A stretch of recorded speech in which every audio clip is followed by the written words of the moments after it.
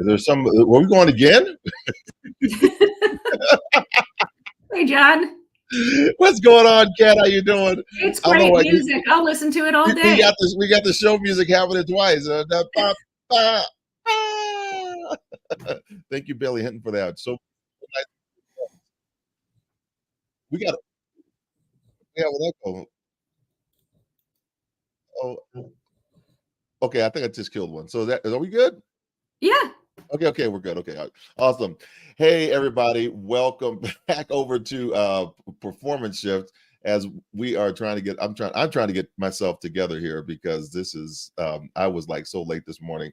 But if you ever wondered what it takes to achieve remarkable success, to overcome obstacles, and transform your performance in the face of big change, then you're in the right place. You are in fact at Performance Shift, the show that will take you on a journey of discovery, exploration, and transformation, and give you the tools you need to navigate your own moments of change. I'm John Register, two-time Paralympic athlete, combat Army veteran, and an author. And I'm Kat Coppett, an organizational consultant, author, and improviser who never ceases to be impressed by that list of things you say, John. I'm always impressed by you. So it was Love Fest this morning going on. I was late, so I was like, Kat called me this morning, and I was like, right, the show. It's Saturday. Oh yeah, Memorial Day weekend for us. No rest in weary, John. Doodling around, have nothing to do this morning.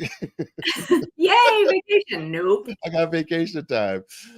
So together, Kat and I are going to be sharing our expertise and insights into navigating change and finding success in the face of adversity.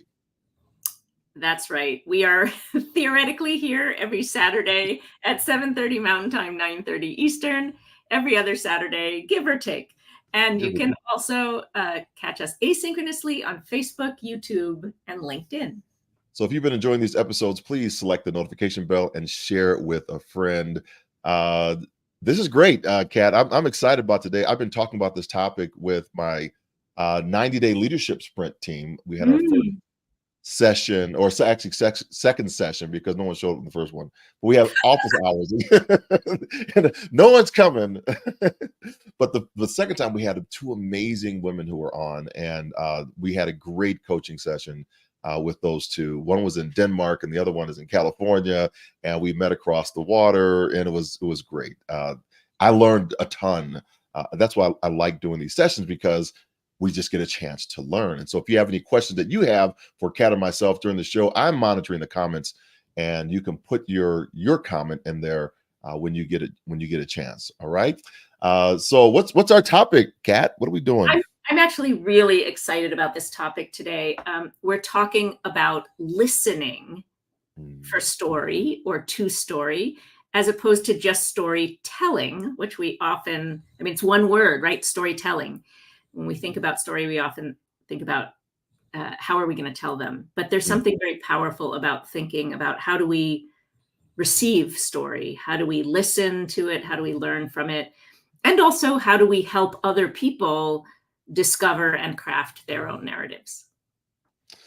So when I think about this topic and, listening, I'm still on this journey of trying to listen better, because oftentimes as a presenter, you just want to give the information and put the information out one way without it coming back. And I do have a methodology that I teach now, and it's more for myself than anybody else, so I can slow down and listen. And it's my SPA-SAT method. Okay, so now you have to unpack that. I got to unpack the SPA-SAT. Yeah. So it is when I'm keynoting, I do a story, and then I make a point. So it's story, my point. And that's a whole Doug Stevenson thing. You got to have the phrase that pays. My friend Doug Stevenson's another actor. Story, point, application to the audience. So the application's a turn. How about you? When did you have a time when you? So now they're wrestling with their own vernacular.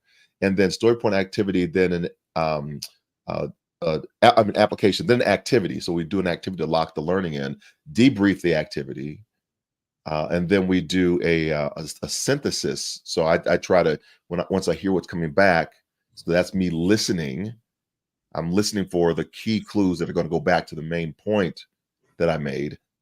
And then I do sometimes what will happen is uh, an action step. So usually that's towards the end, but it can be during the presentation itself. So if I think there's an action step that they need right away, I will just kind of improv it and I'll do it right there, or I will save it for the end so they have a takeaway. And then the final thing as after that is the transition. So story point, application, activity, synthesis. Then we do a debrief, and then what I say, then action step, and then the last one is a transition to the next point. Helps me listen. Cool. That's cool. A couple of things that I heard in there. One was that as you're listening to link back to your goal as a Yes. speaker, right? Or right. And the other thing that I heard was that you're listening for what the audience needs, right? So if they, if you say, oh, they need an action step right now, or someone brings up something, you'd be like, here's what you do, that you're present for that and looking to serve that in the moment or at the end. I think that the word is present, staying in the moment. Don't get ahead of it. You don't lag behind it. I mean, you can take some things from the past and bring it forward, but don't get ahead of the moment that you're in, so that we're in concert with each other. We have Jason Miller, we got Christopher Polak on. Thank you all so much for being on today. You got comments, I think. You can throw them in the chat. Jason's there. I heard I see Kat lighting up. Jason. so Jason's an amazing applied improviser and awesome. Cool guy. Awesome. So thanks for being in, folks. It strikes me that you're talking about doing keynote speaking, and that one of the hardest contexts in which to listen, it feels like to me, is when you have something to say, right? Especially if you have something to say that you've planned, right? How do you open yourself to receive and really listen to other people's offers, using improv parlance, or needs, ideas, when you have planned already? Yeah, I definitely have a plan, right? I mean, the client has hired me for a specific speech, right? So if it's the amputate to amplify, transform adversity into advantage speech, I know the direction I want to go. And so that can get very boring if I'm just doing that over and over again. So to keep it fresh for me, so I don't know what's going to happen every single time, is the improv that comes inside of the presentation. And this can be done many different ways. It could be, in the debrief or the activity. It could be done like with a Mentimeter. Yeah. And they do a poll, or they put in things that they're thinking about. I actually did it one time where the CEO said one thing, and I said, well, let's take a snapshot of that right now in the room. What's the tenor? What's the pulse of this room?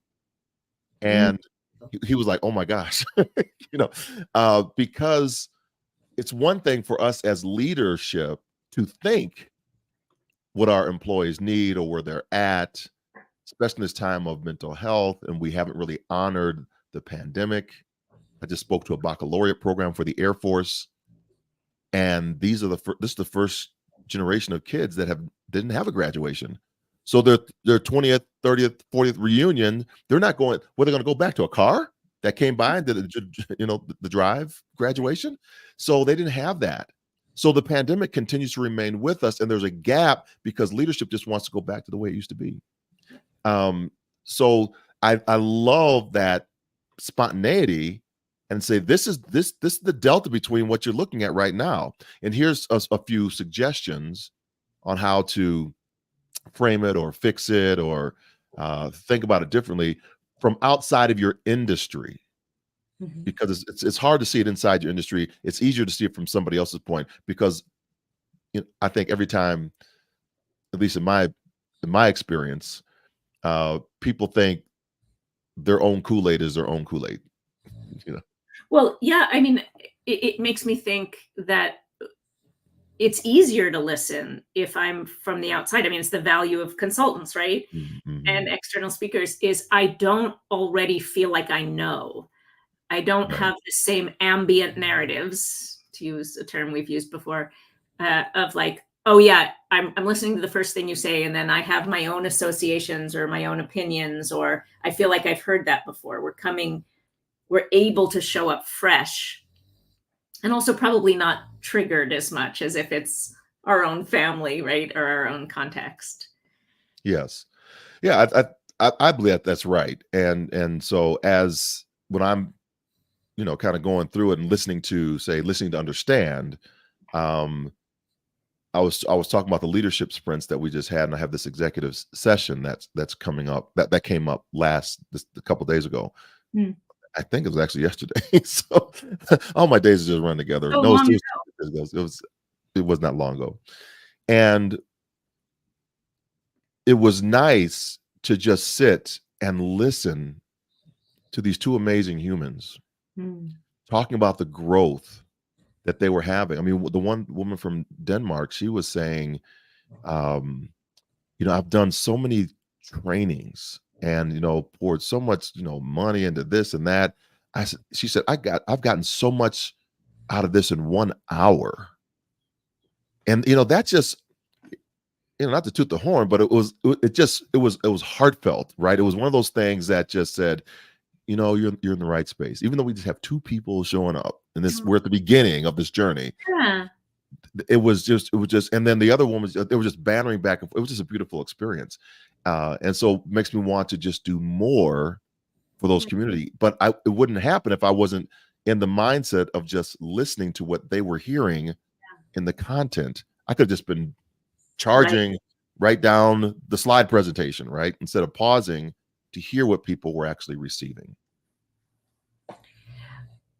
I just took part in this amazing storytelling conference that my friend Artem Mushin Makadonsky runs out of Moscow, virtual conference, where he Mhm. gathers all of the best, most inspiring storytelling practitioners in the world. And he has them come for this virtual conference every year. This year, the theme was Lighthouse and how can stories light the now.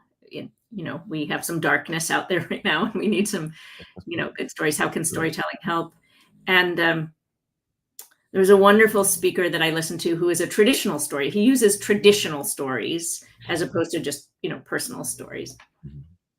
And he said lots of amazing things on this topic. But one of the things that he said that really stuck with me was he said, you're not listening unless you're willing to be changed by what you hear. Mhm. And, we teach listening courses. We have our own little acronyms. Maybe I'll share with you in a minute. But what struck me about that is ultimately, I think that's what's hardest about listening. I mean, we talk about it's hard to pay attention. We talk about how we have our own ideas. We talk about, all the ways that our brains are architecturally not designed to be good listeners. But I think that fundamentally, what makes it hard to really listen and receive someone else's story is because it can feel dangerous, right? It can feel like, oh no, I'm going to be affected. I might Mhm. have to look at something Mhm. differently, or I might have to shift my plan, or I might have to question my beliefs about them or myself or the world. How does that land with you?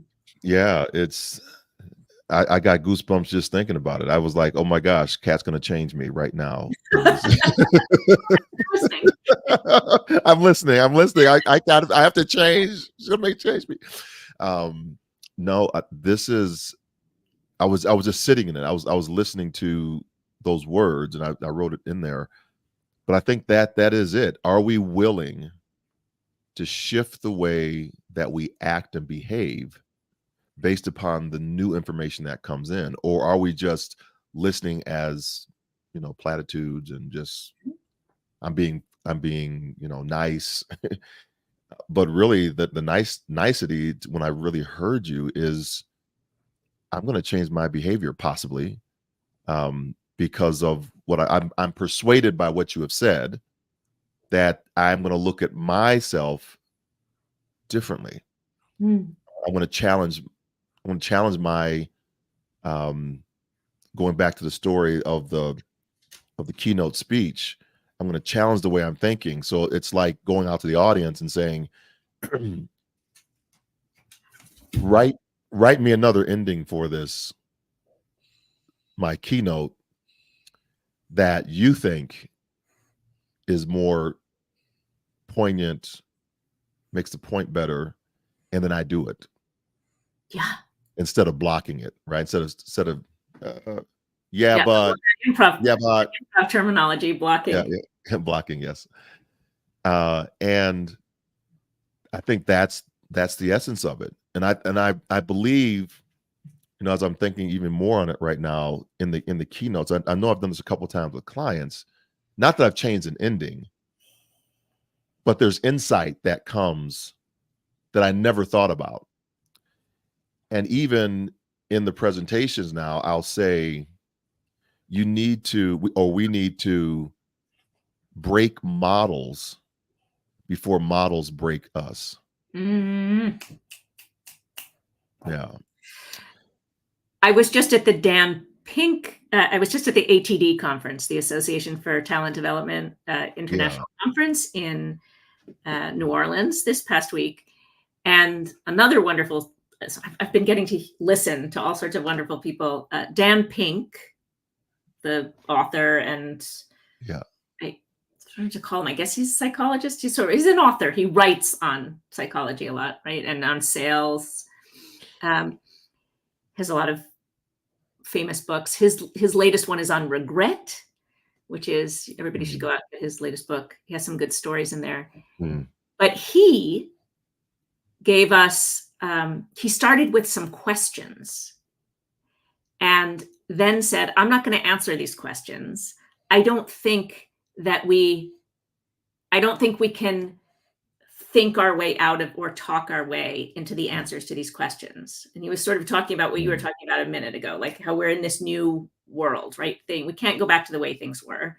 COVID and AI and, all sorts of Right. other. The world is just different, right? And we don't really know what's coming. And I am going to remember why I was telling you this. Well, Go ahead. no, you go ahead. Because Well, I was talking about in my presentations how I'm asking or inviting people to shift and change, and it changes me, That's right? right. Yeah. Yeah. So there was something, he gave us some tips, but really he stood up there and what he offered us was questions instead of answers. And here's what made me think of it. He said, I don't think we can know our way out of this, like figure it out and then act. I think we have to act and then know, Yeah, right? Act our way into knowing as opposed to the opposite. that's right. I'm in total agreement with that. And here's why. And it's totally outside of the space of storytelling. I'll take it into the world of athletics. Yeah. You have to try to hurdle in order to know how to correct the hurdling. Right. If you don't, you need to. If I just tell you what to do, you're not going to experience it. That's why I always tell, when I'm coaching clients, just start, just begin, and you'll figure it out. Right? Like Yeah. that's what we do with this show. We just started. We're figuring it out right now. I think the link, yes. And I think the link to listening for me is, we talk about listening with our ears, but really we're talking about paying attention. How do we listen to ourselves? How do we listen to our bodies? How do we listen to the world and to our audience if we're speaking? When I'm in conversation with someone, how do I really deeply listen? Not just for, listening to win, as some people say, right? Like, oh, I'm going to take your point and make my point or argue with you, but really seeking to understand and figure out, sort of co-create what comes next, right? We have our little acronym around listening it's called deep dive listening. So am I listening for data or information, but also for intention? Why are you telling me this? What do you need from me? For values, what do you care about? And for Mhm. emotions, right? How are you feeling?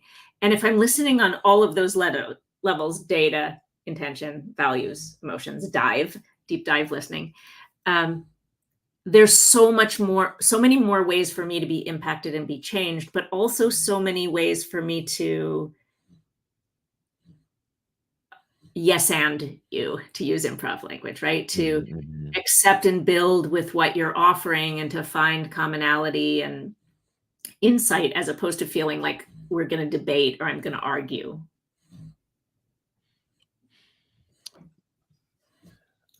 Yeah, where my mind went was the first time I was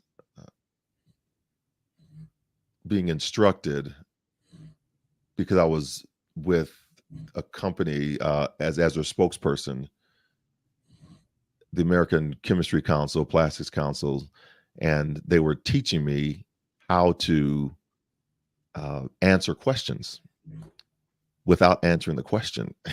Wait, what? Well, it's the reason I say that is the setup is going back to your point was they were one of the things I was supposed to say is plastics makes it possible. So my leg is filled with polymers and plastics, and so they were kind of countering the kind of negative things about plastics, and I would be on the shows to talk about the medical advancements by using plastics in prosthetics. So it was good. It was good. It was fantastic. But the gentleman who was teaching me, Rob Krebs, he's a fantastic guy. He said, if you really want to know how to control the conversation in the sport, he used the word sport of interviewing, watch the Sunday morning talk shows. Oh, yeah. And it's brilliant because no one ever answers the question. They just bridge or cut to whatever point that they want to do, and they're fantastic at it. That you actually think that you are listening to a debate, but it's not even a debate. It's just I'm getting my point across. Reporters trying to get their point across, and they're just going at it. They're just attacking without you know answering anybody's question. I was like that. So it just changed the way I saw news media. It changed the way I Oh, saw yeah. like everything. So I was like, wow, that was a world that just opened up to me at that point. Yeah. Yeah. And I suppose, eh, I've done some work with folks who have to testify in court, um, or Mhm. who, like privacy engineers who are being brought in by regulators for, big um, tech companies. And the assumption in those moments is that it's an adversarial relationship. Mhm. Maybe because it is, right? Maybe because your interviewer is trying to catch you out or debate with you and you have to like defend yourself, right? Or you are really trying to advocate in that moment. That Yeah. isn't about communicating, right? Or No. it's that, it is a sort of sparring, and that it's a skill. And again, often you need to be able to, sometimes you need to be able to defend yourself or advocate in certain ways. Um, I think that certainly in the US, we value speaking, right? Offering, and we reward it more than we value Listening.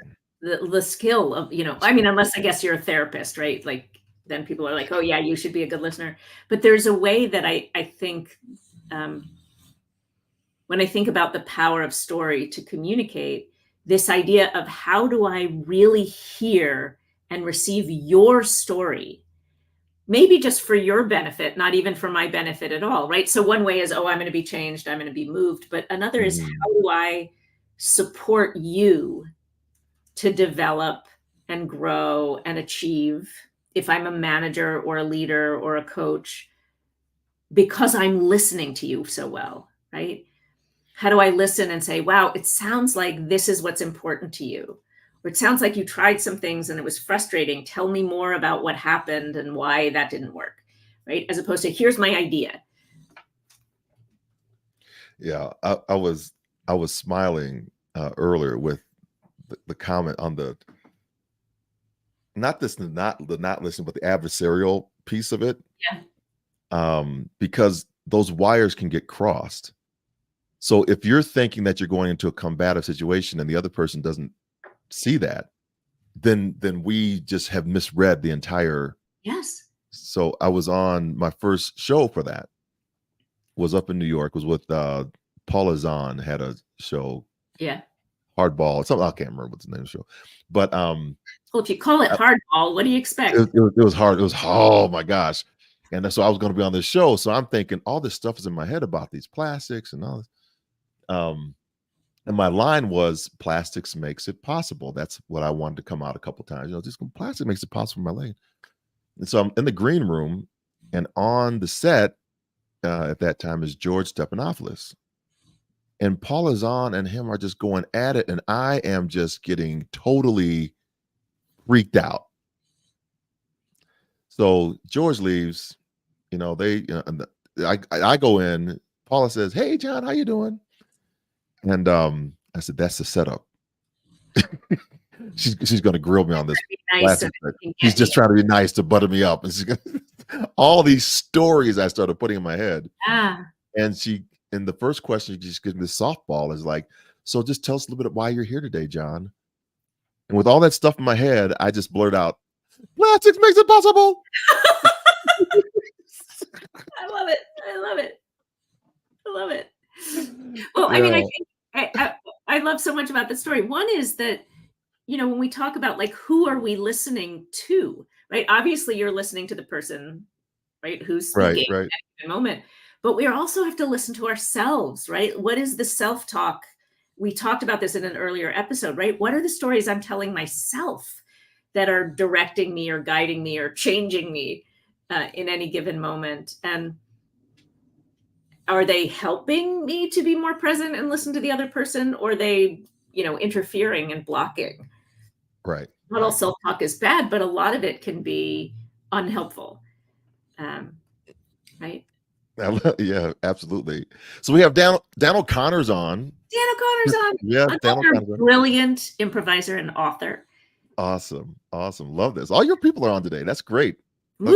Thank you, Cats people, for coming on and gracing us with your presence today. I should say that if you're writing comments on in the LinkedIn or Facebook my page, I can't actually see them. There we go.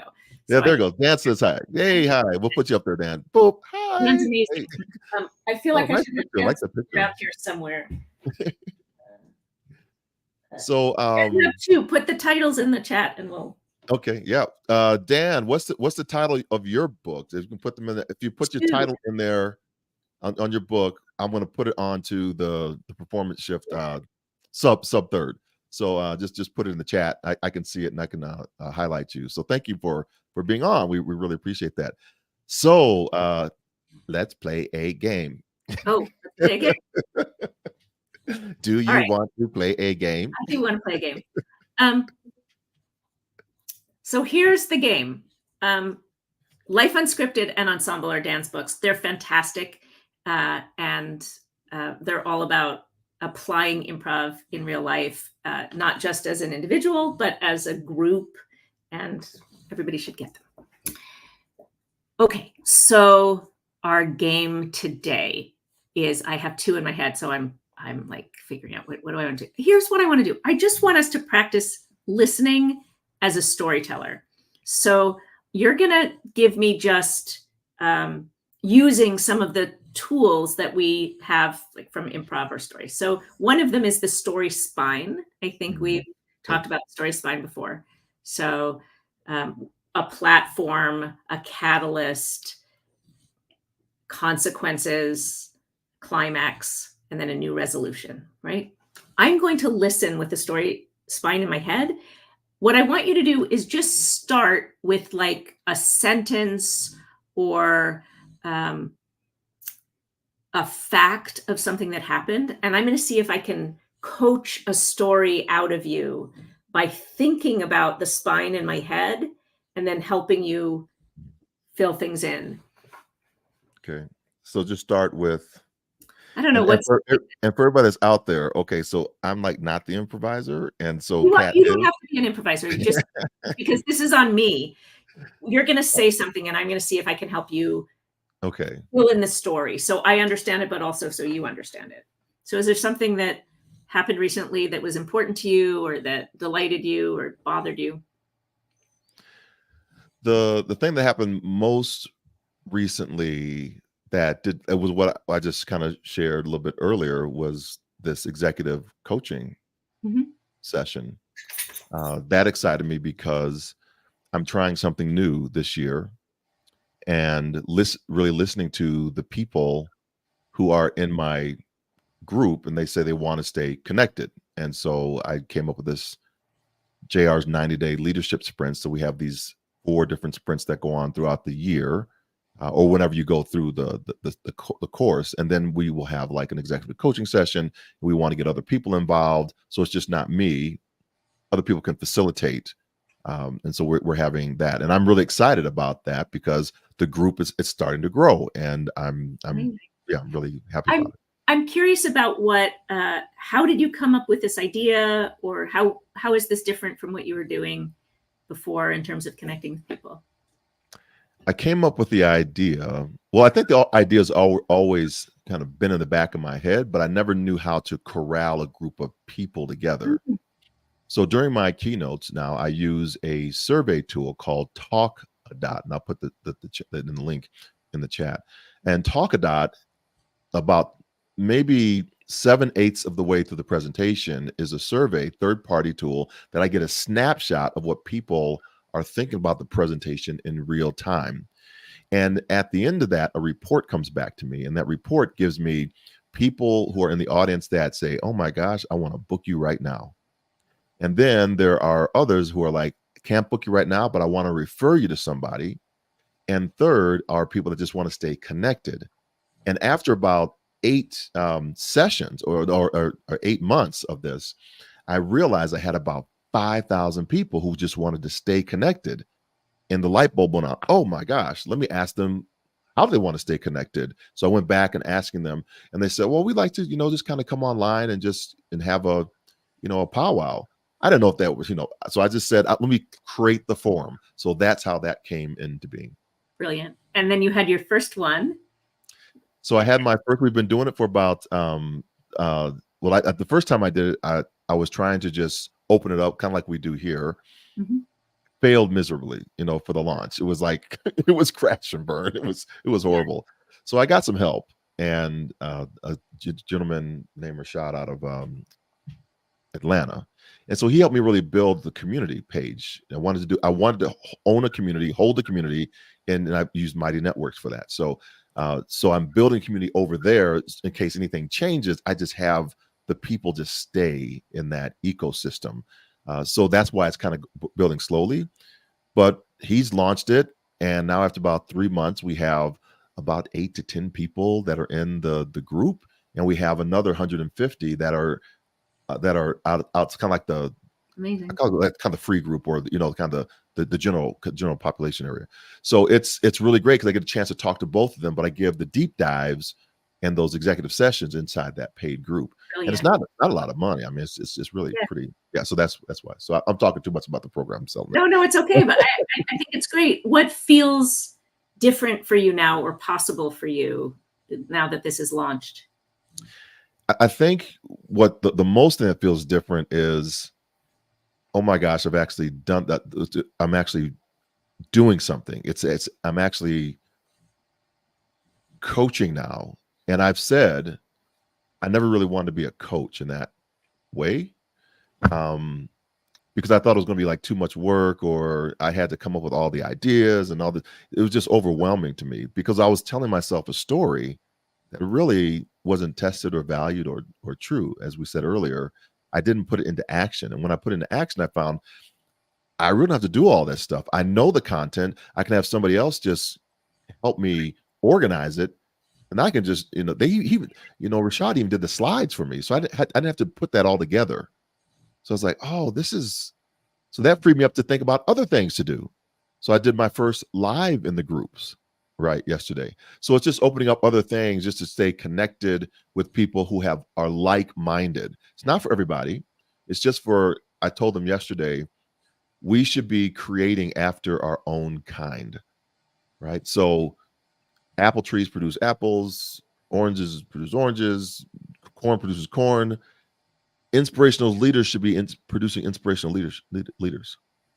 If you are a business person, you should be, whatever job that you're doing inside that, you should be producing that of your own kind, because that's what you're planting. Those are the seeds. So that's what I'm learning. That's different. Brilliant. Okay. Thank you. So I'm going to open my brain a little bit because I think it was maybe invisible, maybe people noticed or not, about what I was trying to do, which was keep the structure of a story. Something was true, then something shifted. There were consequences to that. And then finally, we're in a new place, right? That's the structure of a story.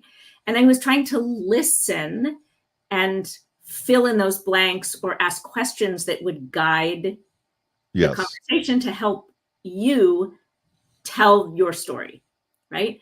And we can spend a lot of time on this, but I heard a couple of, there's sort of a couple of stories in there. One was I didn't really know how to connect with people or how to interact or how to gather people. And then I discovered this tool. And because of that, I was able to establish a community, and now I'm in touch and we're doing cool things with them. That was sort of the first story.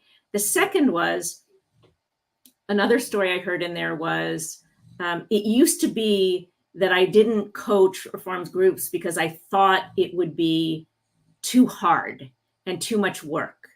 But then one day I just started and showed up, right? And because of that, I realized I could just do it in the moment without having to do all this prep. Or maybe but one day I got some external support and they said, you just show up, I'll do all the work. Some version of this. I heard both of those, right? And since then, I've been able to offer my value and bypass my, the stories in my head that it was going to be too heavy a lift. And we've got this great community that's telling me that I'm offering value. Yeah, I'm always amazed at how you pull those things out. I guess that's why you're the expert. It was fantastic. That's exactly right. These stories that we have in our head and our space, and so you being able to pull those things it's really incredible to me how you just do that, because you've been doing it for so long. Yeah. I mean, I think we have a lot of improvisers here today. I think that's one of the muscles we exercise is this idea of listening for story. Like, what are the offers? How do we offer back? How do we co-create? And that Story Spine tool, which we can link to, I know we've talked about it a lot in the past, is just a great template to have in your head, not just for your own stories, but when you're trying to understand other people's stories, right? Like, I think at one point you started and I said, wait, what was it like before? Or how did you make this decision? Those are once upon a time and everyday questions. Those are but one day questions. So, yes. Very good. Ken Adams. Yes. The stories. I want to make sure. Find it everywhere. Yeah. Just Google. it's there. Or email us and we'll send it to you. Absolutely. Well, cool. This was a great show, for me waking up at 7:10 here and like, oh my gosh, we're supposed to be on? Really? Oh, let's just go. And then you saying, yeah, I'm an improviser. Let's just go. Yeah. Let's go. Let's go hurdle it today. And so any closing thoughts that you have? I'm so glad that folks came in there today. We have Mark Saldo. Mark, he was roommate of mine at the Paralympic Games in 2000. We stayed in a garage in Sydney. Because it would become a whole community. And then we have Dan, of course, O'Connor, Christopher Bullock, Jason Miller still on. We have Tracy Shear Porter is in. Another brilliant improviser and author. She has a book. So that she thank you. just published recently called The Yes and Leader. I'm not going to get it right. Tell us, Tracy. Promote your So book. Trace, if you do it in the next, about 30 seconds, if you can Yes write in and the chat, Revolution, something like that. we will. I'll put your book up there on the deal. And I guess I would be remiss if I didn't say our new book is out. Oh, great! Facilitation Advantage. Big chapter on story, big chapter on listening, all sorts of other things. Facilitation skills for everybody. Awesome. So thanks everybody for being with us today. And I'm going to my close. So that's it for today's episode of Performance Shift. We hope that you enjoyed the discussion and gained some valuable insights that you can apply to your own life and work. If you want to learn more about the power of transformation, how you can shift your own performance to achieve your goals and dreams, be sure to subscribe to newsletters, our LinkedIn Lives, Facebook, and our YouTube channel. And just join us for another episode. When we come back on, we'll put it out there and send you all the link. Have a great day. Go forth and inspire your world. It's Memorial Day, so remember a vet.